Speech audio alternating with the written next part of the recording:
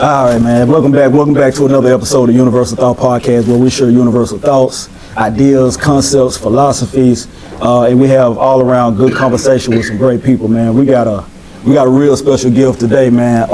First off, I got my co-host in the building. What's good? What it do? How y'all doing today? Slick in the building. Yes, sir. Yes, sir. And I got my man, my ace-boom cone, man, my political partner in the game, Democratic Shelby County Chair, Mr. Willie Simon. How you doing, bro? Man, I'm doing good, man. Thank you for having me again. Yeah. I feel like I'm in here with a team of soldiers, and I'm ready to go to war. Let's do it. Already, man. Well, listen, we definitely got a guest in the building. That's his first time coming. It took us a minute to kind of get this together, but he finally made it. I'm so glad he made it. He's Memphis' own, man. This brother is, first of all, he's hilarious. He's a pioneer in the radio game. So he's been on the radio for years. I'm pretty sure your mama may know who he is. You know what I'm saying? He pours into a lot of people every single day, man. And it's a joy for me to actually have him on the podcast today, man. So I present to you the one and only Mr. Michael Adrian Davis. Yes, sir. Yes, sir. Yes, sir. How you doing, man? Man, I am well, man. I tell you, you're right. We kind of hit and miss, but you know, divine timing is always right on time. So now is the time such as this when conversations that we're going to have need to be had, and I'm just happy to be here as well. Definitely. Well, I definitely appreciate you coming, man. We actually going to jump right into it, man, because it's a few things I did want to talk about. So the Universal Thought Podcast, just so you know, again, it's us. It's like the meeting of the minds. We all try to connect with each other to understand how we think, and just show people that it's okay to, you know, give your perspective, even if it's something that you feel like, you know, you got to be politically correct on, or you have to, you know, kind of muzzle yourself because you don't want to offend anybody, right? So today we got the chair in the building, but today I want to talk to the man. Oh, yeah. Right? We got the radio host, but today I want to talk to the man. We got my brother. He's my brother, but we're going to talk to the man. And Chris, he crazy, but we're going to talk to the man. So we're going to have a real good conversation, man. So listen, I want to ask y'all something, man. So now this is, I normally don't even really get into celebrity like gossip or whatever, but this is a perspective I want to get y'all perspective on. So Umar Johnson, everybody know who Umar Johnson is, right? Mm-hmm. He just recently, so everybody know he's been building a school, and he's, you know, I guess active in the community. He does have a big following, and he's you know, he has a, you know, a good narrative. But he just recently went online asking for money again because he went broke, because they froze his funds in the bank. Right? I'm ready for your No, I'm good. My question to you, and I'm gonna ask you, Mike, do you think it's even possible for anybody in a leadership position, especially that represents black people, to be financially illiterate? Is it okay for you to still hold that seat? Yeah, I would, you know, my answer off the dome would just be yes, because I would also say that gifts come without repentance, and sometimes you could get an idea. This is why women, the feminine energy is so important, because oftentimes we get the idea, but we don't have the finesse-ness maybe to follow it all the way through, you know what I mean? Right. Now, specifically for Dr. Umar Johnson, as long as this kind of thing has been undertaking, you know, and I've been there, you know, where you kind of by yourself and you hope that at this point you would have had so many people with you that if one fall, if I may be financially literate, I got a CPA and 3 other folk, you know, holding it down, you know what I mean? Right. But at some point, when you keep going years and years by yourself, you know what I'm saying, then you might get to an impasse where you say it may not be that the fact that it's not meant to be, Right. but it just may not, you know, be my calling. You know, so I may have, like my mama said, I can take you through January and February, but you're gonna have to march on your own. Yeah. So maybe the thought of the school, the Marcus Garvey school, where the boys and the natural hair, all the stuff that he talks about, maybe all those things are needed. But maybe he is just maybe not the vehicle that it comes through. Maybe he was ahead of his time. Maybe it's 1,000 things, and I I haven't done due diligence to know why the financial part fell apart. But I would, and to answer your question, say yes. If you got an idea, and that's what God gives you. It gives you ideas. The universe gives you these unctionings, and sometimes you act upon them, sometimes you don't. Sometimes you take a piece, he get a piece, he give me a piece. He say, hey man, maybe we just need to start with first grade. You know what I'm saying? While I'm out here trying to do 12 grades all at the same time. You understand what I'm saying? Right. So there's strength in numbers, and I would definitely say that. So to Dr. Umar Johnson, to your point about him having a lot of salvageable qualities in the ADHD game and all the other stuff that he talks about, and so there are a lot of good positives. But again, you know what I mean? And people equate from that little platform over to now being a proprietor of a school, you know what I mean? And then how do you get a building and all these other things that come with it? So, I don't really know, but that's my answer, that he could have it, but if you aren't undergirded by all the other pieces that you need, then you're gonna see what's happening kind of happen. Okay. If that makes sense, I'm sorry. You're good. All right. Maybe you should ask me last, because you know what I mean. I'm gonna give a brother the benefit of a doubt, because anything is possible. I mean, but my thing is, and Will, I want to hear from you too. When I met Will, we was out doing like some homeless feeding stuff, and it was like a little, event Will Richardson put together. Okay. And I just so happened he was in the middle of the street talking to these guys, and I was listening to him, and then we started engaging, and the energy just took from there, right? Then I found out who he was, what he represents, and how important he is. Now, if I would have seen him turn right back around after talking about, we need to have, maybe pulling our funds together and really building the black community, and then turn right back around and say, hey man, my funds that I was trying to get donations from everybody already, they frozen, including my money. I don't know if I can have the same respect for him. So, Will, let me ask you, man. So one of the things that happens when you have a vision, if you share your vision in a certain way, like it's just your vision, if you don't have the spirit of collaboration around you, sometimes people let you hang yourself with your vision. It's sort of like Dr. Umar has a big personality. We all know that. Right. And the brother makes a lot of valid points. He does. But what happens is, if you say that you are the subject matter expert on a lot of things, people expect you to be a subject matter expert on everything. Right. And so it's a wrong conception. It's a misconception. But what happens is sometimes you put that pressure on yourself to be successful individually. Yeah. If you have more of a spirit of collaboration that said, hey, I have the vision, but my brother Mike has the financial acumen to help me move this needle. I have the vision, but my brother Slick over there can help me get to the people. You have to almost be inclusive. That's the one thing about dreams, period. Sometimes a dream can isolate you because you have the dream, but when you are visionary, you can say, in order to make this dream happen, I gotta collaborate with all these people. Right. So it's important that you want to just build a spirit of collaboration so that you can get people to start buying into what you're talking about. One of the things that you can't do, the other thing I say, is you don't want to divert away from your dream by getting in all these nonsensical conversations. Yeah.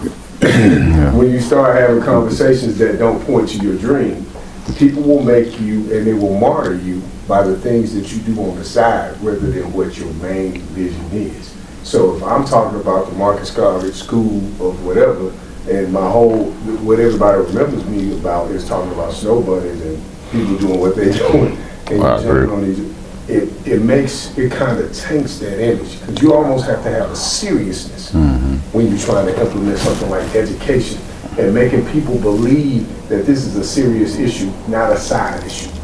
And can I just say, it also is relative to diasporas and people's stuff as well. In other words, generally, if I had the wherewithal and I get a vision, I don't need all y'all. I'll pay the top advertising people in the world. I'll pay the top financial people in the world. You see what I'm saying? So these mindsets are relegated basically oftentimes to black people sometimes, or the people that have been marginalized, you see, because you don't have the communication skills oftentimes to galvanize the whole community. And then when you galvanize half the community and you find out he's a Republican and I'm a Democrat, so now we stop working for this vision that I had because of these little these little landmines that they've thrown. Or if I find out this dude a Muslim, oh man, I can't work with that guy.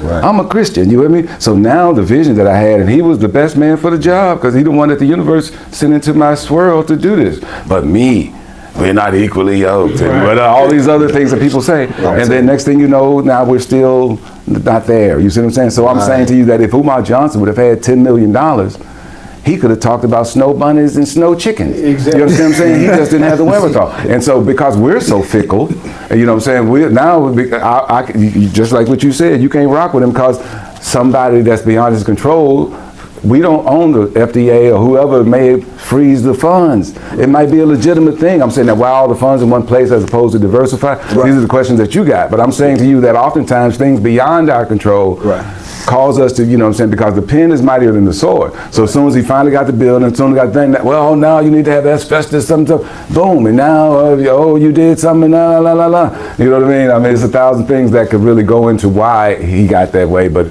I understand what you're saying.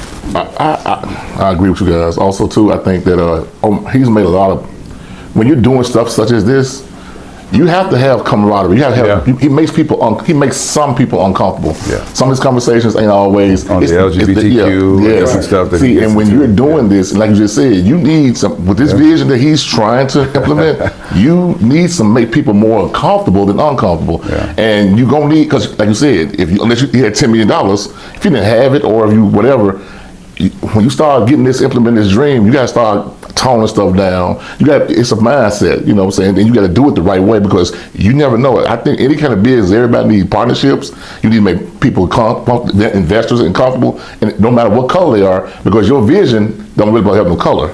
So I think that he has made maybe some people uncomfortable, and some people don't want to get involved with that. They don't want their money maybe involved there. It may be a good idea, but that's how people are. Like you said, we're fickle. And so I think that, in my opinion, I think he done made some people uncomfortable. Now he's kind of, this is my opinion, he's reaping the thing on it. So Could definitely be it. I think that's what I was gonna say. To me, chicken coming home, he always came off as a fraud, personally. Because if you actually listen to certain interviews and then another interview, he'll try to retract himself.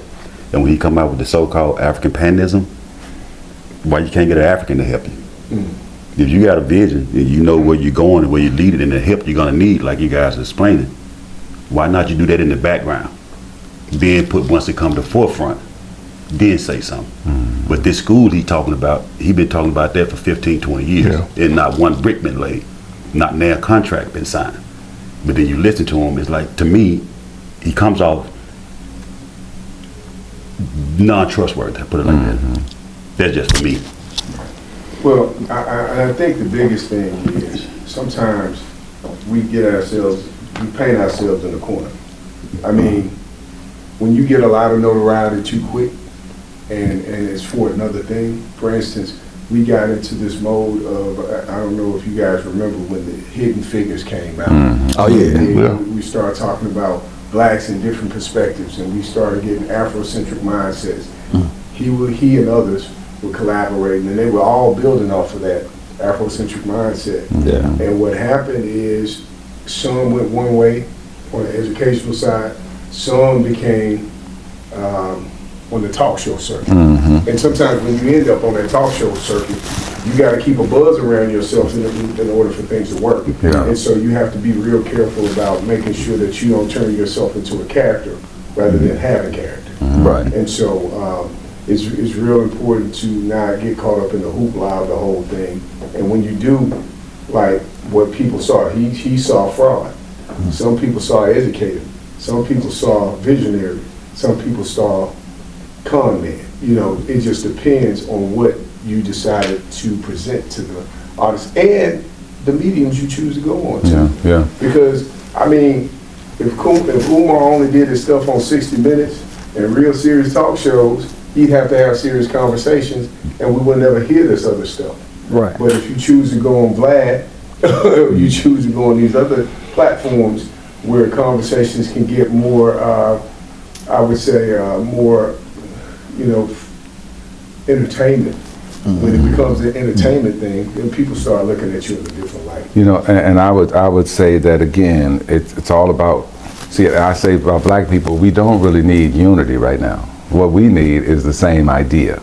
You see, because if we decided that this guy is making soap and he's making it in his basement right now, and we decide we're gonna buy everything else from Walmart, but we all as a community gonna buy our soap from him, and so he can get out of his basement, gotta get a brick and mortar, now he gotta get delivery trucks, and his daughter gonna work and my son. So I could be cussing him out. We could literally be at odds while we're going in there to buy soap. And then 3 months later, when your daughter getting an award and my son getting an award because of his soap company, and I said, man, I thought you was crazy. I guess you all right. Then we can get unity. You with me? Because now, but the same idea. And so it didn't matter whether we both died, the next two people coming got the same idea. You see what I'm saying? And so what Umar Johnson really set into the ethos was a type of model, you know what I'm saying? Because, when compulsory education kind of happened, we were really walking in some excellence here. We were so thirsty for education that, man, Ms. Johnson was going with shoes and holes in her shoes to teach these kids, you know what I mean? But when compulsory education came and then all this now 1, 2, 3 cookie cutter stuff, you know what I mean? So now even at our best selves, we're only getting what somebody gave us, you know what I mean? So I'm saying that once you get an idea that we need a school, then that should be an idea. Now you should then, we should have think tanks, we should have other places, you know what I mean, to be able to get it done. But one guy got to carry the mantle for 15, 20 years, you with me? Then you get people who are doing homeschooling now. Somebody's got models that's working. But now do we all get to get the benefit of that? Yeah. We don't. So people in Texas are doing something that we wish we had here because there is no real network of best practices or things that, you know what I mean? Especially in the black hue. There are a lot of stuff but when one person wins, we all should try to figure out how to win. But most of the times when one person wins, they get a hedge around them, and then the folk come, and then the handlers come, and then then all the next thing you know, you got to fill out 14 forms to say hi. So Umar Johnson, again, he had an idea whose time literally had come, but he just may not have been the one to push it. Tariq Nasheed that you're talking about with Hidden Figures. After I watched Hidden Figures and was enamored with all that research and all that information, come to find out that his thing was the pimp or something about something. So I'm saying gifts comes without repentance, which is what I said earlier. The idea may be good. You just may not be the one that carries it across the mantle. You see what I'm saying? If we had some type of closeness, that if she had an idea, and then she might not be the one, but we got an idea now that we all take and carry to the finish line. And so that's kind of where I'm hoping we can kind of get to it. So one man, when Martin Luther King died, was at the end of the whole, it shouldn't have been. You should have, it should have been, they say you can kill the dream, but you can't kill you can kill the dreamer, but you can't kill the dream. Well, we really have no dream. You see what I'm saying? That was no dream to keep going. That was no 1, 2, 3. You look at who really had a dream, and I'm gonna stop because I don't want to dominate, was them boys, them Black Panthers, who had that 12 principles or whatever. This is, people think they got in trouble because of them guns. It wasn't them guns. It was that WIC program that was feeding them children at breakfast, and before you could touch that food, you had to say, I am black, I am beautiful, I am such. So you had to recite something, which was you was inculcating that inside yourself. So by the time you got to that school and the Europeans might have said something to you, you were so inoculated from that, it wasn't even funny, And so we got too uppity. These kids are getting too arrogant. Where's it coming from? And now, you see what I'm saying? And so what I'm saying is that we've got to get some type of unity about ourselves that's bigger than just Memphis, than just St. Louis, you know what I mean? Because every other ethnicity of people kind of do that. Mexicans go play soccer and then they go drink Corona, and we can name 14 things that they would do as a group in a unit. When you go to the Asian restaurants, you never see a black person waiting or welcoming you in. You know what I'm saying? When you go to Osaka or something, you ain't gonna see nobody black or nobody white, pretty much for that. You see, and nobody calls that racism. Nobody calls that some type of sizzle. You see what I'm saying? But as soon as we then try to do something, then all of a sudden, it becomes some narrative that even because if you say black, if I'm in a group of people and I say the word black 3 times, all the people start squirming and you know what I mean? And I actually try to, just like you said, I try to give them the benefit. I'm giving everybody the benefit of the doubt. It ain't about your perfectness or you being this upright person that you, all right, give the mantle to him. He's the best person for it. We all probably got our dark side. But when you put out an image, when you put out when you make people feel like you have it all together in all areas and we're gonna all learn this together and you building the school and this, that, and the other. But the main thing we need is financial stability. And we live in a capitalistic society. We're not in Africa. We're over here where money actually matters. So how can I even, forget us, we in our 30s, 40s, 50s now. But our young people, they not subscribing to nothing they don't feel like it's real. It gotta be real.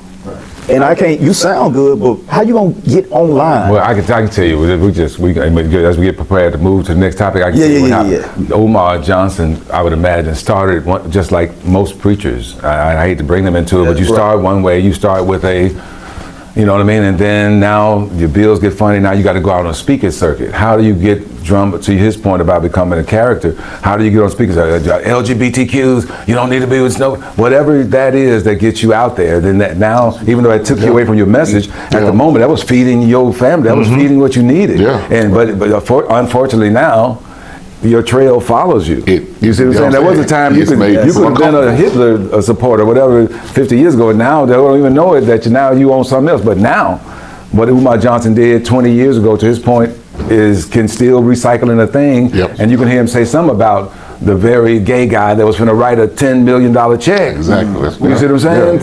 So now, to y'all point, so y'all saying the right thing. There you go. So, but sometimes when you diversify too much, when you try to become all things to all people, then you really aren't any good for any one particular thing. You see what I'm saying? Because you got to wear all these hats, and you got to be with these people this week, and you got to be with these people that week, and people remember those receipts, and then they say, no, I don't fool with him. And once you get enough people saying, I don't fool with him, to feel like he feels, like, no way. Yeah, and it was the other thing, because I've heard him talk about it like for years. Yeah. But to the basis of the funding, when you was talking about, he begged for money, because he didn't ever say if it was going to be a free school, part government funded, or tuition.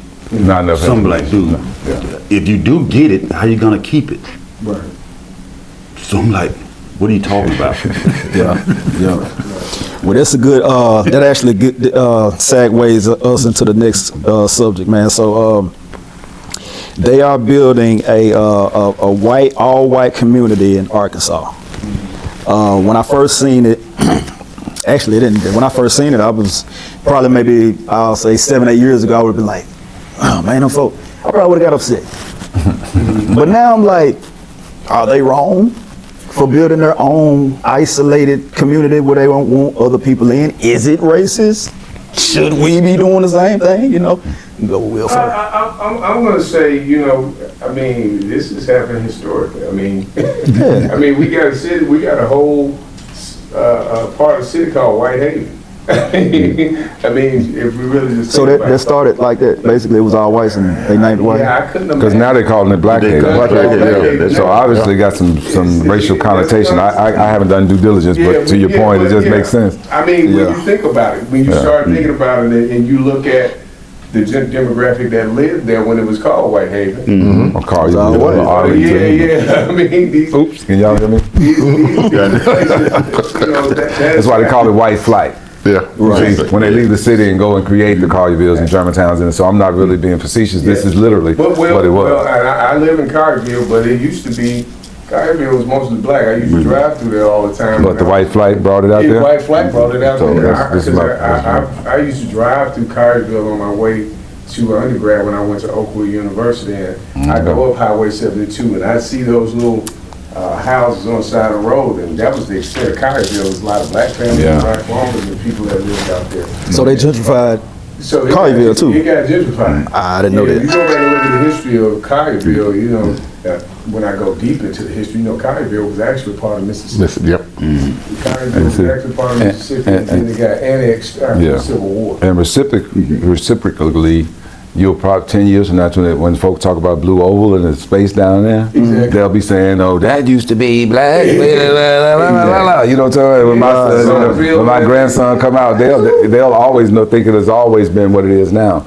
But that's to your point. My thoughts about the white town and a little context. I think I was reading about they don't want Jewish people and they don't want LGBTQ. In the article that I read, they didn't even say they didn't want blacks, but it's just, I would imagine it's just obvious. Right. And then of course I got caught up with the ChatGPT because I'm saying the Jews are just white people from another place. What are we doing? You know what I'm saying? There is no Haviland group or no type of genealogy that's a Jewish gene. You understand what I'm saying? Exactly. They're just white people that maybe ascribe to a religion. Yeah, you know what I'm saying? You know what I'm saying? So let me just put that on the website. Everybody all this time been trying to figure out what is a Jew for real? Yeah, black folks say, well, we the real Jews. All that. Yeah. So anyway, on wax. So, but I'm saying, and then they're calling it. They're saying it's a private something, so they can get around the civil rights laws. They're calling it a private society or private. They're naming it something because other than that, you couldn't do it. Right. What is it called? Sectors. Okay. But I think it's, but on paper though, it's just like if you got a 501c3, you got to be for everybody. If you got a private group like a country club or something, like you don't memberships. you see what I'm saying? So that's how they're organizing this town. And I'm suggesting they might be showing us the blueprint.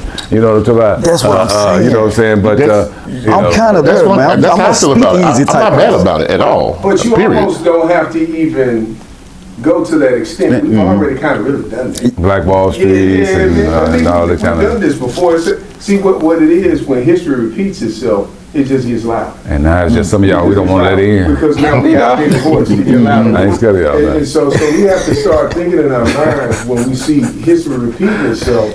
All we go back at the origin is really comes back to trying to sustain yourself in an environment where you can control it.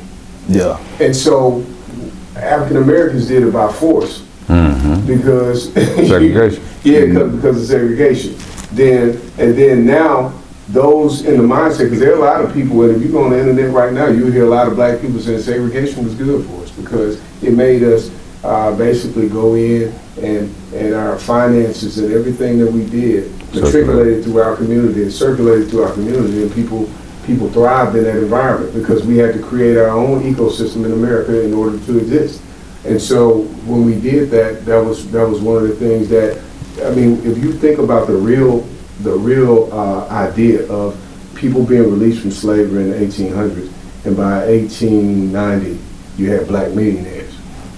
You know, and then by 1900s you didn't, not so much. With Birth of a Nation and these kind of things came out, and because to your point, I was fascinated when I saw like in the 1870s and 80s, little bit first part of 80s, you had black congressmen. You know, you had black people. Because oftentimes our reference point starts with Harriet Tubman. You know, just something that we know that, in my opinion, we don't even get a good overview of even how that went. You know, now as a grown man, I had to go back and look at a lot of this stuff, But we had congressmen, we had people, because it was the Fusion Party, the Republican Party, I think, and the Democratic Party. And then the Fusion Party and the Republican Party kind of got together because they were both poor and they're trying to do whatever they was doing. And then by 1889 or whenever the Ku Klux Klan came up, that's when it all went downhill. You know, see what I'm saying? And so I forgot our original point, but you know what I'm saying. But the original point we talking about how these communities galvanize. Oh, okay. How we coming? Yeah. But I'm glad you mentioned that because historically we have to understand that that's part of the fabric of America. I mean, when we really think about some of the things, I mean, they took Indians and put them on reservations. You Native American. They said, hey, we don't want you matriculating around everybody else. We know you got a rebellious spirit because of how we took this place. Now we're gonna put you on this designated area to be able to do what they do. And then the Indians flipped it, and then they started opening up Mohegan Sun casinos and stuff like that. And now what you see now is an effort to go and say, oh, you guys, because they said they were sovereign. You're sovereign in the space that we created for you. But when you come outside of this, you're subjected to the rule. Citizenship. That's why they allow us to be citizens. And again, when you become citizens, now your driver's license. Now you can't go across state line. Now you're subject to everything. So it sounds like a good deal. You know what I'm saying? At the end of the day, but at the end of the day, you've also taken on a lot of stuff that maybe you didn't know. But anyway, but for the whites in Arkansas that are starting their own community, again, I personally call for about a 70% separation with black people. And then we just pop out, Memphis in May. We pop out, you know what I'm saying, to go to whatever we're gonna go to, you see? And so when you look at what he's talking about now, I promise I'm gonna stop after this, but if your mama cooking with Larry seasoned salt and she putting her foot in it, you know how the saying, you wanna slap your mama because the food's so good? Why would I then go down to Miss Ledbetter's place and get my butt whooped to eat this bland food when you know what I'm saying? So see, this was a mind virus already. This was somebody's agenda that nobody stood up against. And so, you know, and I don't want to cast dispersions, but again, it's just to make, now your mama got to close her restaurant because all us down there getting our butt whooped to eat some food that we don't even really want to eat. Yeah. So that's a psychosis that was kind of given to us by some people. And to his point about, you could have been the greatest, the most richest black, but you still gonna live in the black community. You might live in the outskirts, you might live around the edges, but you're right, we're going to see you at Piggly Wiggly. We're going to see you at, you know what I'm saying, Big Star. We're going to see you somewhere. You see what I'm talking about? But once they lifted that veil and the segregation happened, it only happened because the country, financially, the cum was going down. And because our pockets were still doing well. Beale Street was booming. Rosewood and all these communities, even after the Black Wall Street was over, all that, we still was figuring it out. You see what I'm saying? Then they start playing the mind virus of the white ice is colder than the black ice, and this guy is that guy. And so then you start getting now, that's when the television came in. That's when the advertising come in. This is now, instead of us being out organized on Saturday morning, we all watching Soul Train. Exactly. Right? And you got to sit at home with Soul Train. You can't be out in the streets. You see what I'm saying? Because Michael Jackson or whoever finna be on. Yeah, and so now, and once they figure this out, then you started placing the little stuff on, and then they go back and give it to the whole colony, and next thing you know, we're all groupthink. We all think the same way. And that's why I was saying on the last podcast, we was talking about entertainment, and I posed the question about, is entertainment a controlling mechanism? Because in my mind, it keeps you still. Whatever you entertain by, it keeps you right there and it keeps you entertained. It can, but you always got to remember that some of our greatest activists and fighters came out of that entertainment industry. I mean, you think about somebody like Dick Gregory, who was a great entertainer, but that joker was man swinging against the establishment every time he picked up a mic. I like to check it out. When you got Young Jock, my son was into Young Jock and all these rappers back in the day, and I took him to a concert packed with white kids, right? The white kids gonna know that this ain't nothing but rap. Right. They finna go home and learn calculus and black kids finna listen to it. We finna go get a duffel bag. We finna go, you know what I'm saying? We take this literally as a giant. You see what I'm saying? So again, it's the same pattern. You told us about Santa Claus. He sees us when we're eating. You give us lies and then you build upon it. And now we all of us are skeptical as heck now. You see what I'm saying? Because I personally I don't have a problem with it. The reason why, because America, like he said, they've been colonizers ever since they've been created. First, they come and take over. They have ran people off the land. So this is not nothing new. This is, like you said, it's history repeating itself. Now they just feeling like, oh, well, they can't, you know, they saying, they may not say it, but, you know, blacks getting out of control, they all over. Let's just get together and what we've done all, you know, forever, get our own stuff and do our own thing. Right. Do you? I actually don't have a problem with it. Right. Go ahead. Let's see how it's gonna keep working out for. And like he said, it could be a building block for us, but we'll never be able to do it because we don't even get along with each other. Well, that's when you leave out and this type. See, so they don't even get along, which is why they don't want Jewish, which is still them. They don't want the LGBTQ, which is still them. They may not want conservatives, or they might not want liberals. You know what I'm saying? But so it's still them, but they're just simply you know, zoning in on. That was mine. Oh, my bad. It's mine. Yes. They were just zoning in on who it is they want. And to be honest with y'all, it's some black people that I don't want around. That was gonna be my You understand what I'm saying? I don't know. That's what I was gonna say. We don't. And honestly, when people get money now, you know, y'all can tell me if I'm wrong. Do we move into a black community? Do you actually move into a black community where you feeling so safe and you feel so secure? You want to be around your black people? Well, just honest answers now. Well, I would say, and I'm gonna speak for myself, man. I wish there was a space where we wish.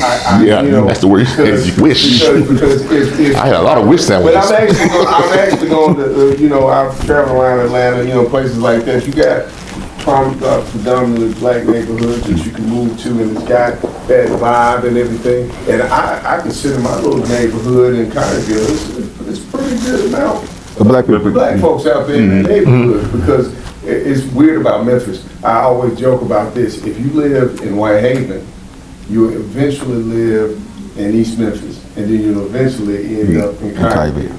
If you migrate in that way, because I don't know why Memphis does that, and if you end up in Fraser, North Memphis, you end up in Bartlett and Arlington. Yeah. I don't know why. It was the weirdest thing when I got here. I was like, why is that migration just going east? It don't go back south or anything like that. Everything goes. Do you think it's like a subconscious thing where I done made a certain amount of money, now I can't be around what I grew up in? I want to show I done made it. And the more I see that I think people that are successful is moving further out, so I got to follow them and not realizing the people that actually made it kind of leave you that way, and they done came back where you leaving and getting their same land and property cheaper. Is that, and then you follow resources. Because what people will do is, if I live in the area and the schools are better here, I'm gonna go there. And if they have more access to the malls, because I know what sent us east. South Mall was going down and everything. You left Whitehaven, you get to Hickory Hill. We in Hickory Hill, you had Hickory Ridge Mall, you had all this stuff around you. So it was entertainment and everything. Mall of Memphis not too far away. And so you move out there, and then your mind is wrapped around the things that are around you, not necessarily understanding that you're actually taking the resources out of the community that you were in. We could have demanded. And that's the part that we don't do.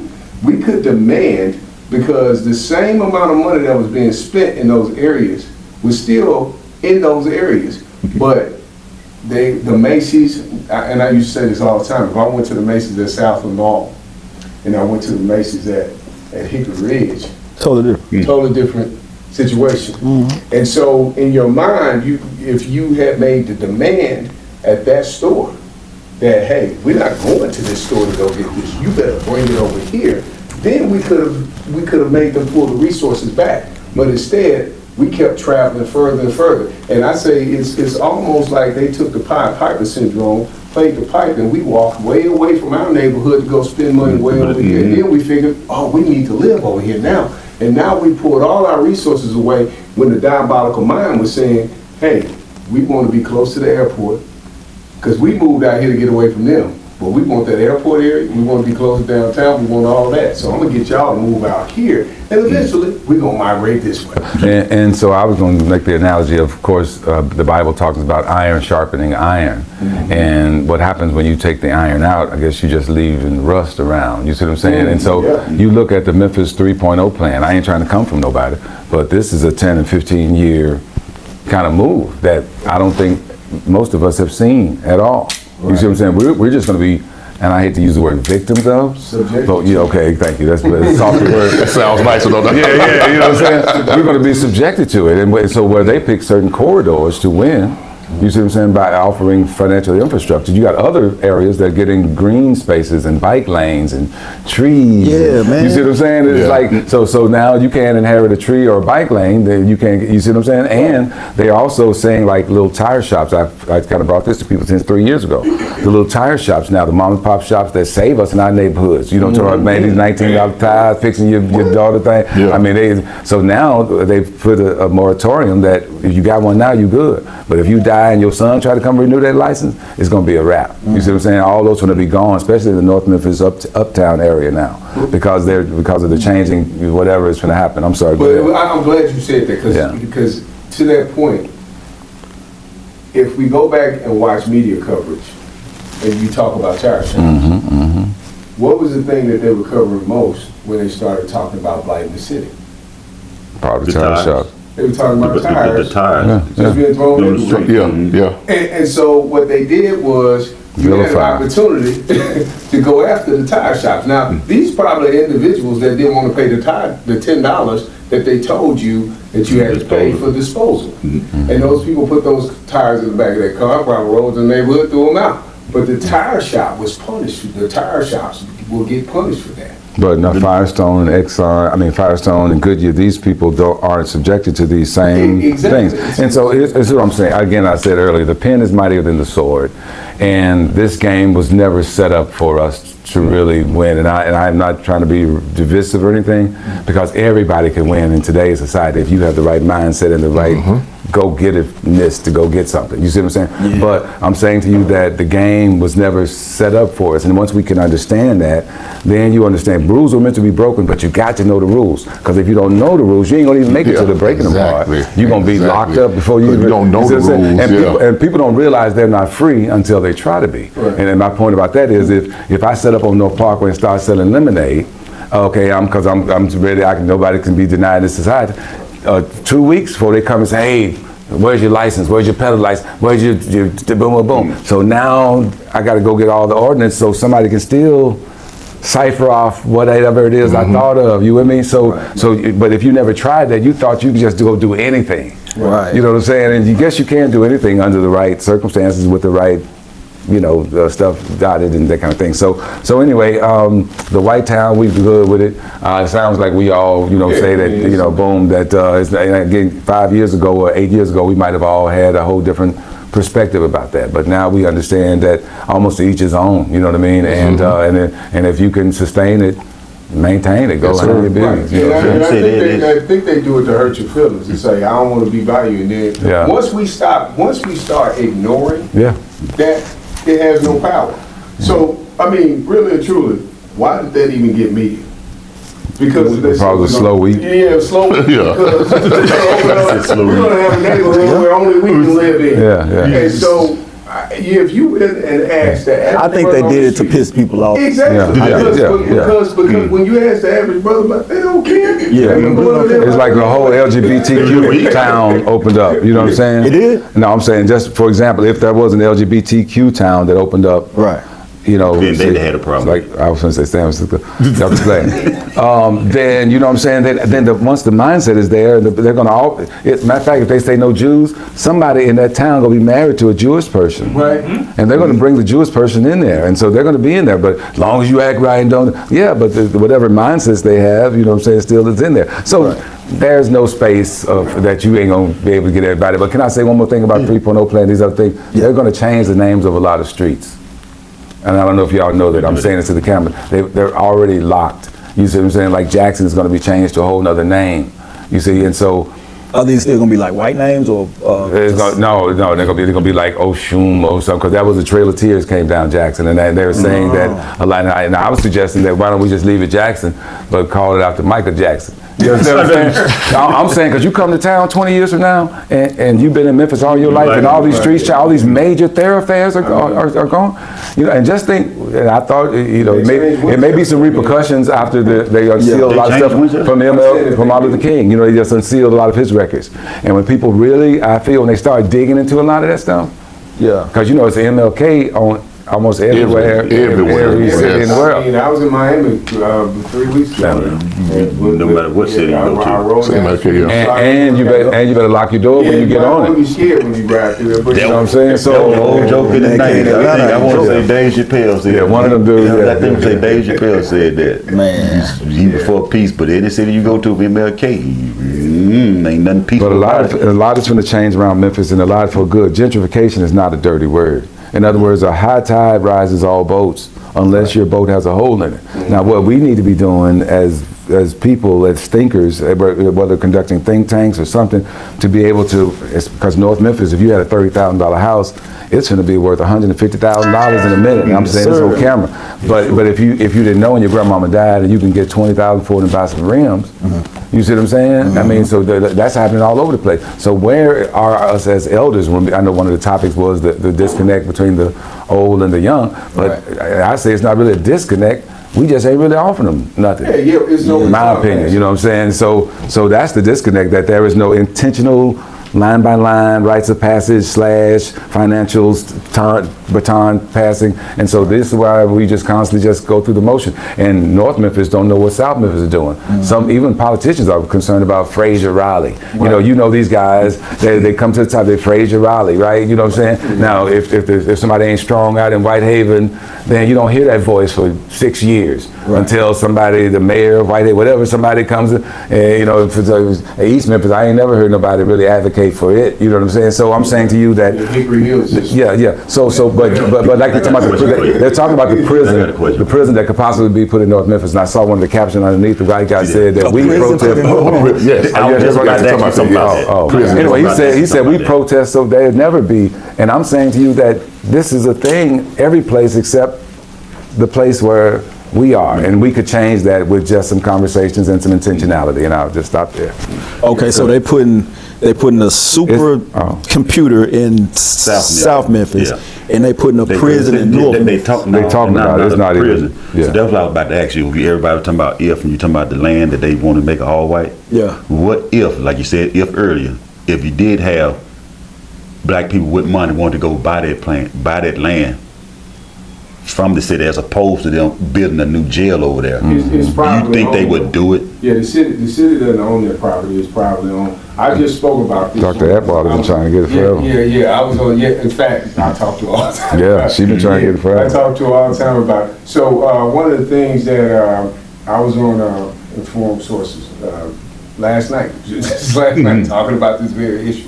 One of the things I feel like that we have to realize is, I was talking to a group of people that were basically saying, hey, look, we don't want this in our neighborhood. We don't want this here. And I said, who are your partners in the argument? And the person said, well, it's the neighborhood. I said, well, if it's the neighborhood, you need some corporate partners in your argument. St. Jude is building up this great community, right? Just west of that area. What you need to do is go to St. Jude and say, hey, how y'all feel about a jail being this close to this area that you're trying to build up to have people actually living, and all your doctors working in this environment, and you got a jail right up the street. How do you feel about that? Because nobody's thinking about that, because all they're thinking is about the expansion. They're going to be all over there in Green Lawn, all that other stuff, Smoky City in that area, and not realizing that as you go just a little bit east, you're right there by the jail. Yeah. And so when you start thinking about that whole scenario about New Chicago being the site of that, you have schools over there. Why are we not talking right down the street from the school, saying, hey, this place is within this certain distance from a school. You got pedophiles, people, all kinds of people that are getting out of this place, walking out of this jail. And when they get out, you don't know where they're going unless you got some kind of special transport to take them where they're going. And let me say, and I would also caution us to not chase the tail. Yeah. You know what I'm saying? In other words, where we were so close to doing something, and then we diverted our energy to go over here to something that's not even real right now. Right. You see what I'm saying? I mean, and so, but that same energy could be used in something that could be real. You know what I'm saying? How do we get youth centers that are put up in Memphis? Not in Fraser, not in Raleigh, not in North Memphis, not in South Memphis, but these are things that we look at a map and we decide, and this is what it's not a topic, but again, I say XAI in Memphis, there should be a group called Black for Progress where we have asks. You know what I'm saying? We ask for 5 things. I already got to ask if somebody want to ask, but one of them is you set aside $3 billion, 3 million or whatever, 30, whatever, for 30 years. So if somebody grow an extra toe or arm, we ain't got to go look for you. We already got the money. You with me? And we can use this money until then to maybe seed some businesses and stuff. Number 2, you buy some land somewhere in East Tennessee somewhere, and all the folks in South Memphis who want to go, you pay for them to go, right? Number 3, you might say, hey, we want you to buy up all these abandoned Walgreens in our communities and create tech centers, you know, that teach us robotics and teach our kids get them drone licensing and teach them these things. You see what I'm saying? This is universal. You know, and I got a couple of more I won't mention right now. But then you ask, and then if they say, we ain't gonna do nothing, now the 2 groups are all protesting now because we see that you ain't even for us. Right. What's happening right now is we're just protesting and nobody's theoretically asking for anything. Right. And it's to some people that are already doing what it is you protesting about. It's not like the pipeline where they stopped the pipeline from happening. These people are actually doing the work. Not only are they doing it there, they've created another one. Right. And so where's the ask? I suggested to Mr. AC and his team who just honored South Africa in Africa in April. Right. that we could have got $100,000, $200,000, you see, for the cultural event. But people are kind of triggered about a lot of stuff. And I think we kind of get out of rational thinking because of emotionalism. And so, you know what I mean? I'm talking in code because I don't really want to throw anybody under the bus. Because I'm like, if that's the case, why you want to build this big supercomputer? Why would you want to put it here when you got a lot of free land around nobody? Well, I think there are two things working. You know, when you start thinking of infrastructure, because I'm in IT, so I think about infrastructure. I want to be as close to power sources as I possibly can be. I do not want to be out in Eads, where there are no power sources. And it's water under the bridge. They're already there. You know what I'm saying? And not only is it water under the bridge, it was private property that was bought by somebody that you can't really stop them from selling their private property. Our biggest thing that we should be doing, and I brought this up, and I think I was telling you about it, Eric, is that we need to, if we in these areas, galvanize, do a real estate investment trust. Yeah. Your neighborhood should own your neighborhood. Go through there and say, hey, we saw this building close, we all gonna buy it. Right. Because we don't want nobody moving in there, and we don't want moving in there. We're gonna buy it. And Whitehaven is a huge area. I mean, a huge community. Right. If you went out there and you got 250 people with decent credit that can get access to resources. Or the churches who already have the credit, who have the access. You say you're going to put a raw down fence around there, but then you end up buying the property and then using that money to pay them back. Exactly. Now, I know that's some game, but you know. So let me jump in real quick. So Stop it. Hey, this Slick, he tried to I'm slide gonna find my tribe. Y'all need to get at me, cause do y'all think it's necessary? I'm kind of thinking on the extreme level now, because it's like, how are we really going to get people to galvanize and actually have the same mindset to do the stuff? I even said protesting churches. I mean, I was just thinking about, okay, if we don't, and I'm gonna say this, I got this idea from Charleston White. He started when he was in the hoods and he was helping the youth. He was He was extorting drug dealers. Hey man, if y'all don't donate to our cause, we gonna call the police on y'all trap house, right? So all the people that we know and feel like should be actually putting a portion of that money into the community, hey man, we're not coming to church this Wednesday or this Sunday or whatever, man. We need to speak up about what we giving our money to our black people and we're trying to get something from it, which is hope. But our circumstances still look the same. Now I know that's a different subject. I'm just saying. No. I think it's all in the same vein. I mean, it's investment. When we talk about investment in our community, everybody's got to be involved. Right. One of the things that we don't do well, and we don't coalesce when it comes to money. What we do is we decide that first thing we're going to ask the question of, if we decide to do it, who's going to be the leader? Like if we sat here right now, who name gonna be on there? If we decided right now we're gonna buy a pizza, who gonna call the order pizza? and then we say we did a little survey of what we want on the pizza, and then when the pizza comes, who's gonna pay the money?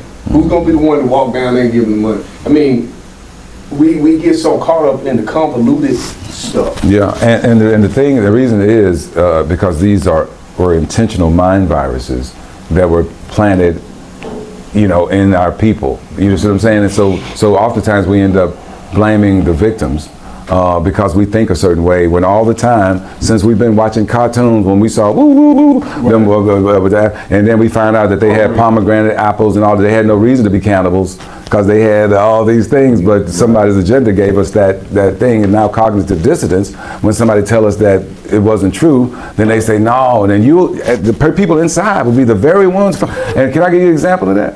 It's DEI.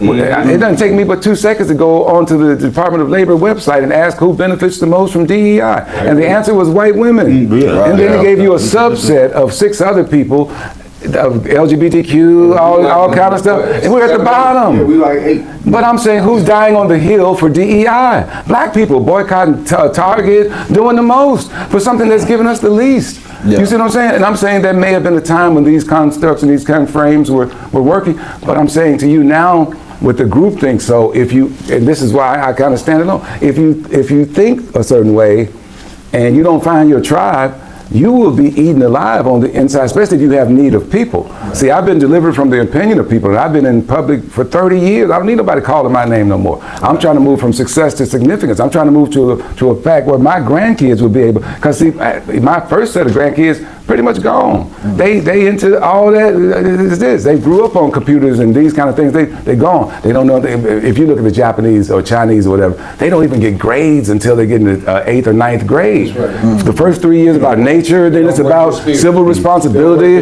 then it's about something. By the time they don't even start with that stuff until, we giving folk ADHD drugs at 3 and 4. Learning disability. You ain't even learned to learn. How are we doing this? They ain't had To no your bill. point, we're building prisons based off of who's failing 3rd grade. Yeah. And how? We're building prisons based off who's failing 3rd grade. And keep in mind, you know what kind of pressure you put on a 3rd grade? Passing all these tests, got to do all this stuff. All this stuff that you got to do to be a 3rd grader. And then you teaching, you telling me here's the 3 answers. But go study these. No, that might be the answer. I told you these are the 3. You learn these 3, and then we gonna give you a test that you know these 3 I told you, and then you're gonna be the top. You with me? And so you think you're doing? I gave you Gatorade, jungle juice, and something else. Powerade. And you sitting there doing all your due diligence and looking at all the ingredients, and you didn't know water was over there. Right. You made the best choice on what somebody gave you. What was given to you, yes. You see what I'm saying? Yes. So I'm saying, and a lot of black people in this city know where the bones are buried. A lot of these folk in this city saw that 3.0 plan 5 years ago. A lot of these folk in this city know where what's going in the future and what's the, but again, you know what I'm saying? And so until we get to the camaraderie type of level where I'm willing to take a hit and not make as much money to be able to say, so if you're in the lab as a black person and all these white people around, and I hate to say black and white, but if you're in the lab and these people are around and you watching them do this and shocking them out and doing all this, as a black person, in my opinion, you should be watching from a different lens. So you can call back, hey Tony, when y'all get to Bridge 3, go under the bridge instead of over the bridge. Mm-hmm. Right. Instead of us finding answers that could deliver us then from this thing, we then, I think the bridge should be higher, and then you can, because they know how to jump. You see what I'm saying? And then you get a Nobel Peace Prize. You see what I'm saying? Then you get, I'm just telling you. Hold on, wait a minute. We're going to take a quick break, man. We're going to jump into the second half shortly, man. Listen, this episode is sponsored by Artichoke H2O, the best water on the market. It will be launching soon. You've had that nasty Aquafina. You've had that nasty Dasani with all them chemicals in it. This comes directly from the spring, and look, it's in the canister. So whatever you take from the source and put it in something that's either metal or a canister like this, it stays alive and it stays alkaline, man. So go get you some Artichoke H2O, man. We'll toast to that, fellas. Yes, sir. Yes, sir. Put it next to the beer, because a lot of people drink because it look like beer. Yeah. Like a brick, yeah. Hey, toast, man. It's a good It's not saying conversation. they about to build a new beer.